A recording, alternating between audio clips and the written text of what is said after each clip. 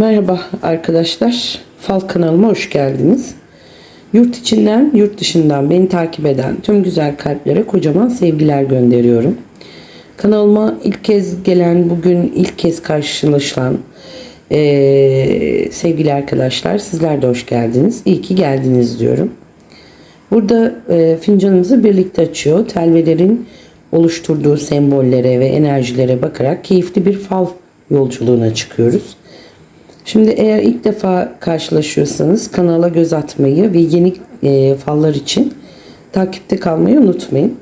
Şimdi fazla bekletmeden fincanımızı açalım ve bakalım bugün telveler bize hangi mesajları, hangi sürprizleri gösterecek bu arada. Hazırsanız başlıyorum.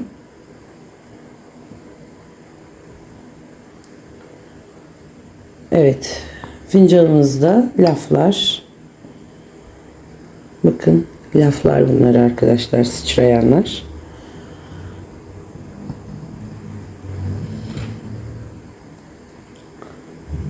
Laflar söz konusu ama şimdi şöyle bir öncelikli olarak bir göz atmak istiyorum önce fincanıma.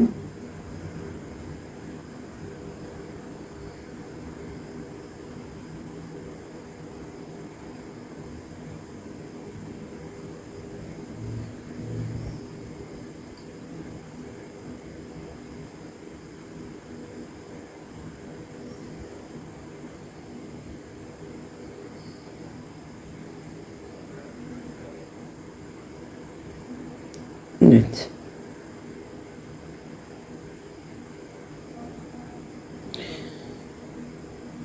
Şimdi dip kısmıyla başlayalım.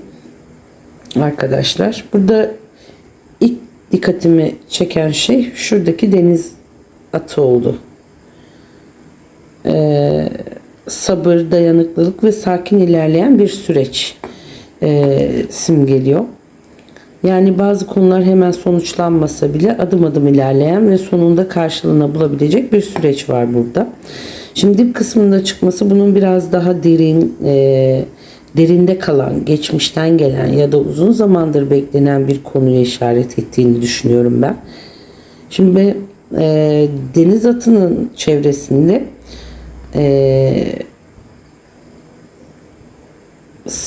öncelikli olarak sıkıntıların bir kenara doğru toplandığını görüyorum. Ancak arkadaşlar, ilginç olan şu ki sıkıntılar öyle dağınık kalmamış. Birleşerek iki tane büyük dev kanat görüntüsü verdi bana. Bakın buradan. Görüyor musunuz? İki tane dev kanat. Yaşanan bazı sıkıntıların artık geride kalmaya başladığını ve kişinin önünde yeni bir hareket alanı açıldığını düşünüyorum ben. Yani ağırlık yapan bir konu zamanla kişiyi aşağı çekmek yerine tam tersine güçlenmesine ve yolunu değiştirmesine vesile olacak arkadaşlar. Bakın bu kanatların bağlantısı görüyor musunuz? Birbirine bağlı. Bakın. Bakın bağlı bir kanat bu. Aynı zamanda burada bir E harfi var bakın. E harfinin harfiyle bağlantılı bir de kalp var burada. E harfi çok belirgin. Yani burada özellikle E harfiyle bağlantılı bir duygusal konu, bir kişi ya da kalpten gelen bir haberleşme olabilir. Bu E harfi bir isim, soyisim ve önemli bir yerin baş harfi olabilir. Kalbin E harfinin ucunda olması gerçekten dikkat çekici. Bu E harfi kısmında bayağı takıldım. Çünkü bağlantılı, bakın kalbi görüyor musunuz?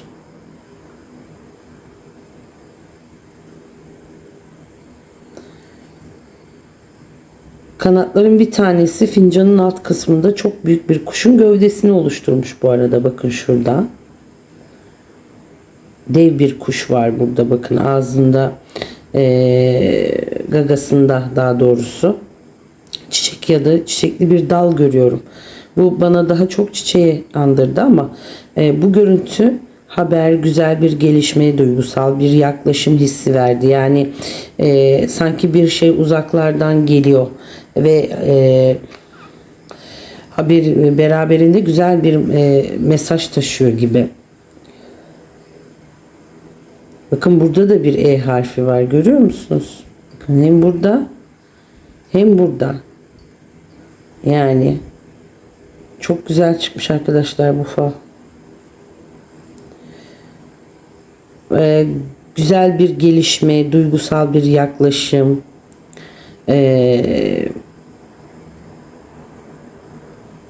Bakın çiçeğin hemen yanında dediğim gibi.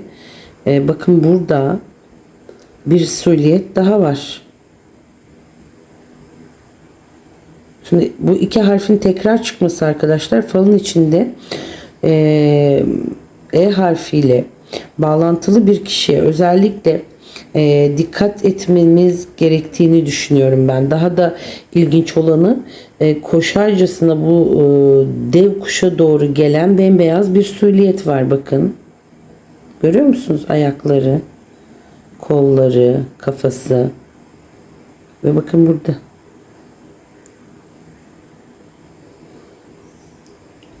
Sanki buluşmaya, bir habere ya da kendisine doğru gelen güzel bir gelişmeye yetişmeye çalışıyor bu kişi. Bakın koşuyor resmen.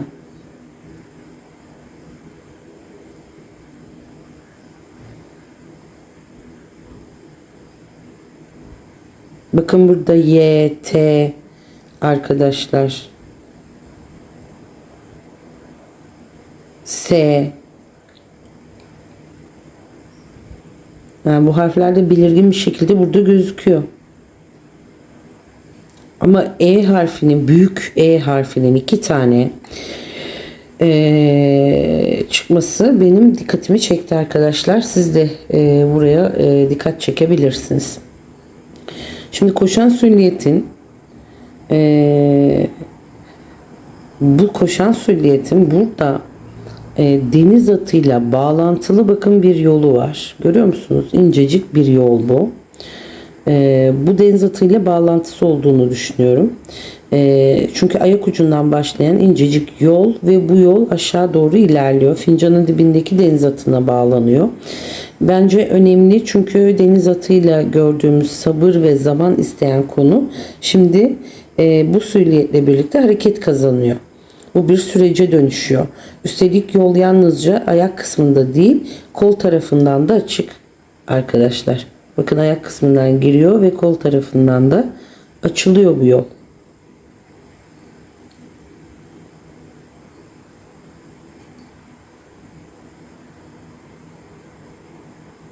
Bu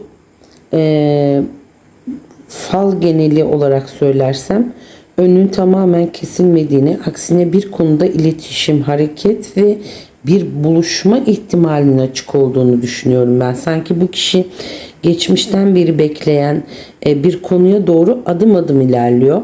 Ve yolun deniz atına kadar uzanması bu gelişmenin hemen değil ama sabırla bekleyiş bir konuyla bağlantılı olabileceğini anlatıyor burası. Yani bu sülliyetin hemen arkasında bir sürü gözler var bakın. Koşan sülliyetin. Bakın şurada bir sürü gözler mevcut arkadaşlar. Yüzler, sanki birbirleriyle konuşan insanlar. Ama bu kalabalık fincanın tamamını sarmıyor. Küçük ve belirli bir alanda toplanmış arkadaşlar. Hemen şu kadar bir alanda bu. Görüyorsunuz. Bir kişinin çevresindeki konuşmaları, görüşmeleri, insanların birbirinden haberdar olduğu bir ortamı düşündürdü bana. Yani burada bir konu hakkında birkaç kişinin konuşması ve bu gelişmenin küçük bir çevrede duyulması söz konusu olabilir. Dediğim gibi bakın bu kalabalığın içinde yine bu S harfi. Büyük T ve N harfleri de dikkatimi çekiyor. Bakın burada bir görüyor musunuz? T, N, hatta M harfi bile var. Arkadaşlar. Hangisinin daha netleşeceğini arkadaşlar gözlemleyin bu harflerden. Bu harflerin, özellikle M'nin yolla bağlantılı olması önemli. Yani bu kişiler veya harflerle bağlantılı bir konu, açık yol üzerinde gerçekleşecek bir hareketlilikle ilişkili olabilir. Yani bu yolla bakın, bu yolla ilişkili olabilir, çünkü bu insan süliyeti dediğimizde bakın burada görüyor musunuz? Harfler burada çok belirgin bir şekilde karşımıza çıkıyor. Bakın T harfi, bakın N harfi buraya kadar geliyor ve burayla birlikte bir M harfini oluşturuyor. Bu yolla alakalı bu. Yani açık yolun oluşturduğu bir şey bu ve bu koşan sülliyetle birlikte. Şimdi fincan bize arkadaşlar şunu söylüyor. Diyor ki bir yol açık, bir hareket var ve bu hareketin çevresinde konuşan, bekleyen veya gelişmeyi takip eden küçük bir topluluk bulunuyor diyor. Bu toplulukla bağlantılı demiştik bunu. Yani güzel, aslında çok güzel çıktı falımız arkadaşlar. Bir de tabağımıza geçelim bakalım. Tabağımız bize neler anlatacak. Bakın dediğim gibi burada açarken sıçrayan bir sürü laf arkadaşlar.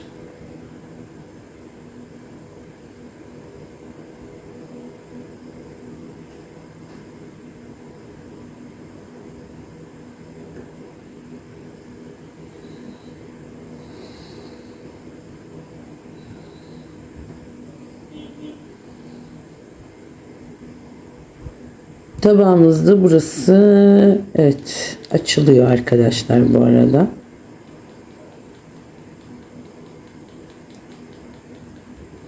Ama öncelikli olarak şöyle iyice tabağa akıtmak istiyorum ben. Şekillerimizi görelim.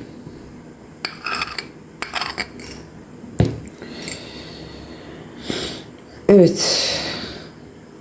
Şimdi burada hanemizin içi gayet açık. Hanemiz, tabağımızın tam ortası hanesidir arkadaşlar, tabağın. Bakın burada bir sürü laflar dedik. Laflar duyacaksınız. Açılırken sıçramış çünkü.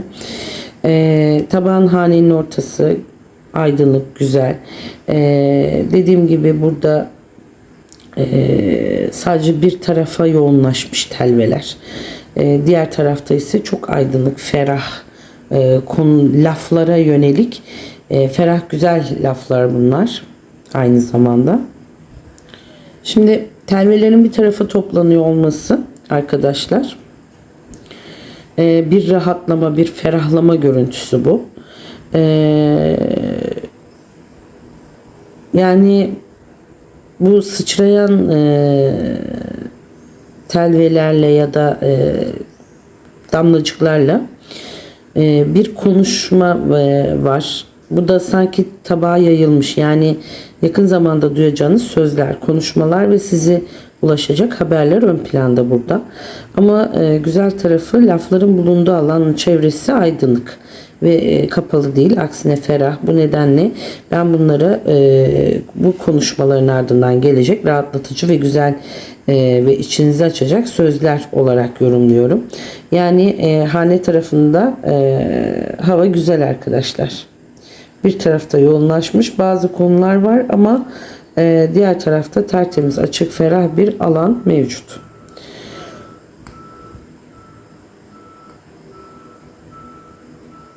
Şimdi buraya odaklanmak istiyorum ben sevgili dostlar. Şimdi şurada bir süliyet, bakın görüyor musun, ayakları, vücudu. Şimdi buradaki kişi arkadaşlar bir şeyin arkasına gizlenmiş, görüyor musunuz? Yani sadece bacak kısımları gözüküyor. Kendini gizlemiş, yüzü, gözleri, vücudu gözükmüyor. Bu kişinin görünen şeyin hemen arkasında. henüz kendisini belli etmeyen, uzaktan takip eden ya da bir konuda geri planda duran bir kişiyi düşündürdü bana. Bu bir şey söylemek veya ortaya çıkmak için doğru zamanı bekliyor arkadaşlar. Daha henüz kendini göstermemiş.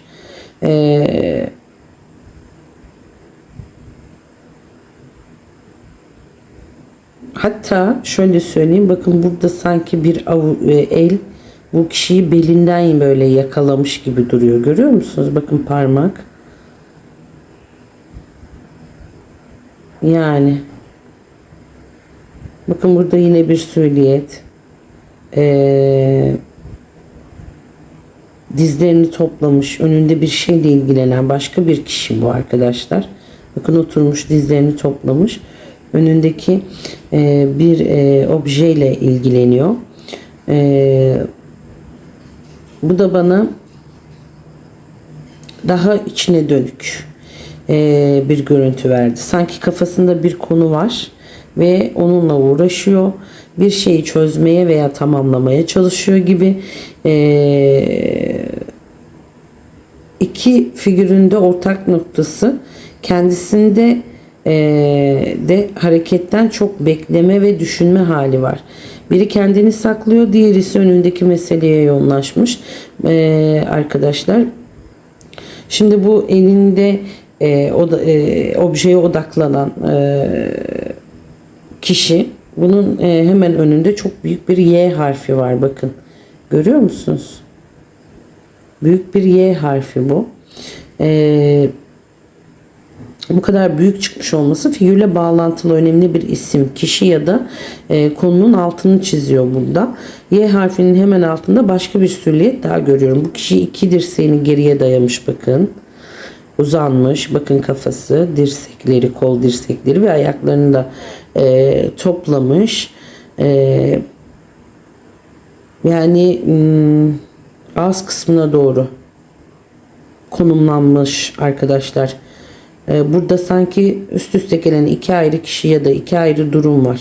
Biri önündeki meseleye yoğunlaşmış, diğeri ise daha geriye çekilmiş. Sakin bir şekilde bekliyor. Y harfi de tam aralarında. Bağlantı noktası gibi duruyor. Burada ben özellikle Y harfini ve bu iki figürün birbiriyle olan durumuna dikkat ediyorum. Çünkü önceki bölümlerindeki harflerle birlikte düşündüğümde aynı kişiyle ya da aynı konuyla açılan bir bağlantı zinciri diyebilirim arkadaşlar burada. Yani çünkü bakın şu demin dedim size, sanki bakın kol, baş parmak ve diğeri sanki böyle bir el böyle yakalamış gibi duruyor sanki. O,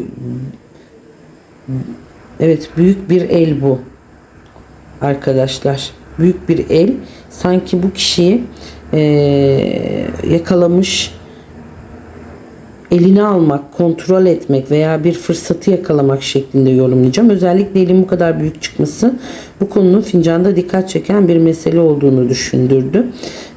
Az önce gördüğümüz Y harfi ve hemen altındaki süliyetlerle bağlantısını koparmamak lazım. Çünkü burada bir kişi bir konu üzerinde bir şeyleri toparlamaya veya sonuca bağlamaya çalışılıyor gibi. Tabii bu kişiden kişiye farklı söylenebilir ama sizin durumunuzda el figürü gerçekten güçlü bir sembol olarak öne çıkarabilirsiniz arkadaşlar. Kendinize göre alın bu falı aynı zamanda.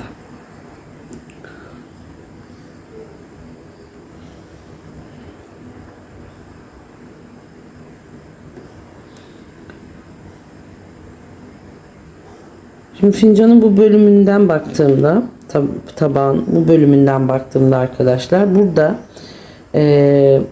bakın bir kişi ama bunun beli bükük, yaşlı bu kişi ve onun devamında bakın 1, 2, 3, 4, 5 kişi görüyor musunuz?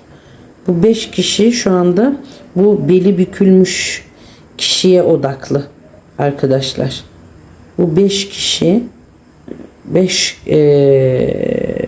rakamı da düşünün. 5 olduğu için. Bu 5 kişi direkt buradaki yaşlı, beli bükük kişiye odaklanmış durumda arkadaşlar. Ve şöyle açıklayacağım bunu da size. Şimdi bu kişinin çevresinde toplanan, onu izleyen veya onunla ilgili bir konuya odaklanan bir grup bu. 5 dedik. Bu rakam olarak da değerlendirebilirsiniz. Ayrıca bu 5 gün, 5 hafta gibi bir zaman işareti olarak da 5 kişiyle bağlantılı bir durum olarak da yorumlayacağım. Siz kendinize göre alacaksınız bunu. Şimdi yaşlı ve beli bükülmüş figür illa gerçek anlamda yaşlı birini göstermez.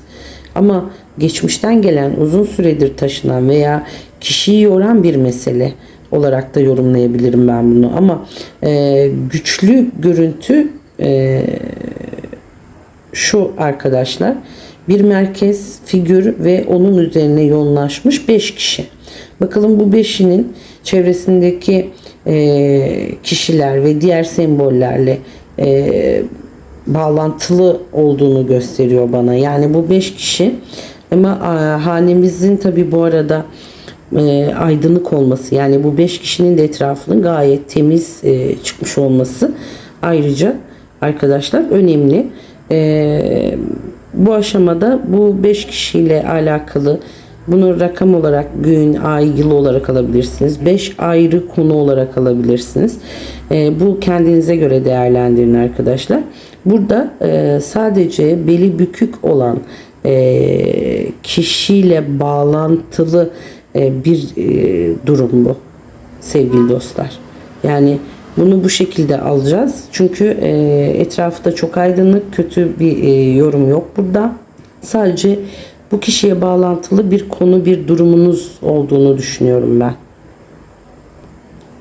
Yani bu kişilerin etrafında arkadaşlar sıkışmış karanlık bir görüntü yok. O yüzden 5 rakamını birkaç farklı şekilde değerlendirebilirsiniz. Şimdi burada tek bir anlama sabitlemek daha doğru ama ana nokta şu sevgili arkadaşlar. Bir 5 var.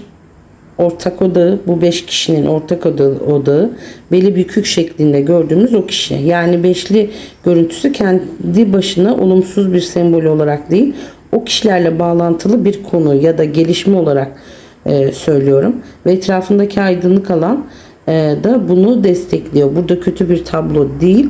Daha çok o kişinin merkezli bir durumun gündeme gelmesi ve çevresindeki insanların buna dahil olması diyoruz buna. Sevgili dostlarım, bugünlük fincanımızda bu kadar, falımızda bu kadar. Çok güzel ve dikkat çekici sembollerimizin olduğunu söylüyorum arkadaşlar. Özellikle fincanımızda çok dikkat çekici sembollerimiz vardı. Ama şunu özellikle söylemek istiyorum. Fincanın genelinde aydınlık, ferah alanların fazla olması benim için çok güzel. Sıkıntılar tamamen yok demiyorum. Ama bunların yanında açılan yollar, gelecek haberler ve hareketlilik oldukça belirgin arkadaşlar. Siz de gördüğünüz harf, rakam, sembol, kendi hayatınızdaki kişilerle ve gelişmelerle bağdaştırın. Çünkü herkesin falı kendi hayatına farklı şekilde dokunur. Bu falda kendinizden bir şeyler bulduysanız, düşüncelerinizi yorumda benimle paylaşmayı unutmayın. Yurt içinden, yurt dışından beni takip eden tüm dostlarıma teşekkür ediyorum. Kanalımıza ilk defa denk gelen sevgili dostlarım, sizler de hoş geldiniz diyoruz. Eğer bu tarz fal yorumlarını seviyorsanız takip etmeyi ve yeni fallarda yeniden buluşmayı unutmayın bizimle. Bildirim zilini açarsanız haberdar da olursunuz diyoruz. Bir sonraki falımızda görüşmek üzere. Kendinize çok iyi bakın. Gönlünüzden geçen güzel şeylerin yolunun açık olmasını diliyorum arkadaşlar. Sevgiyle kalın. Hoşça kalın diyorum.